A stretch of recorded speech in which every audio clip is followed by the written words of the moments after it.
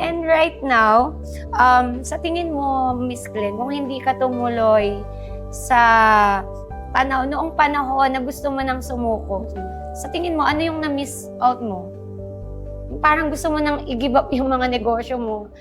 Sumuko ka na talaga. Alam mo, I believe, lahat ng mga nangyayari sa buhay natin, may purpose yun eh. Wala naman talagang accident kay God. Yes. Kung siguro sumuko ako noon, hindi ko masyadong naintindihan kung anong ibig sabihin ng perseverance. Yes. Hindi ko siguro masyadong naintindihan ng ibig sabihin ng patience. Kasi alam mo, ito yung mga attributes, ito yung mga character na kailangan natin eh, para mas maging ready tayo kung bibigyan tayo ni God ng mas malaking responsibility. So kung nag-give up na ako noon, paano ko pa ma-accept yung mga magaganda pa na ibibigay sa akin ni God?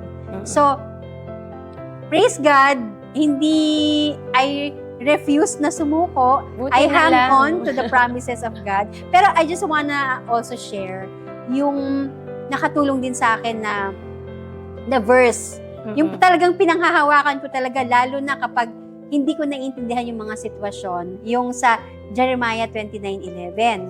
Sabi ni God, sabi niya, "For I know the plans I have for you, says the Lord. Plans to prosper you, not to harm you, to give you a hope and a future." So kung naka-ready na pala yung magandang future ko, lahat ng pinagdadaanan ko ngayon is just to give me the characters, the traits that the Lord wants me to have. Kasi hindi pa ako pasado doon sa mga anggulong yun. Ang ganda, sobrang naano ko yung verse din na yun. Talagang, yun talaga din yung nag-ano sa akin na magtiwala lang tayo. There is a right timing para sa atin and hindi tayo pababayaan ni God. Diba? If may storm, meron ding shine. Yes. Diba?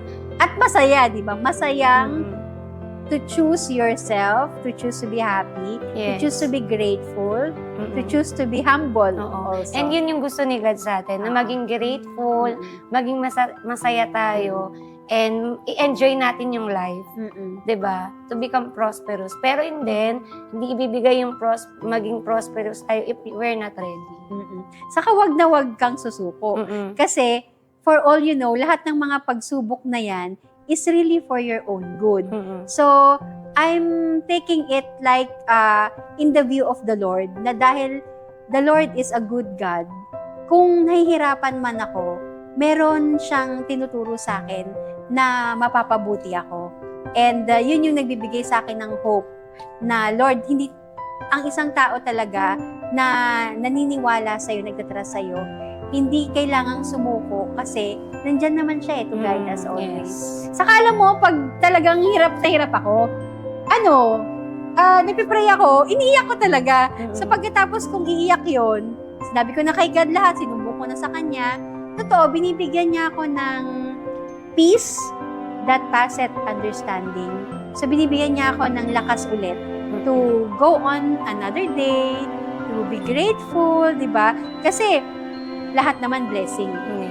The fact na nabuhay ka, the fact na nagising ka nang wala kang sakit, it's already a big victory for us.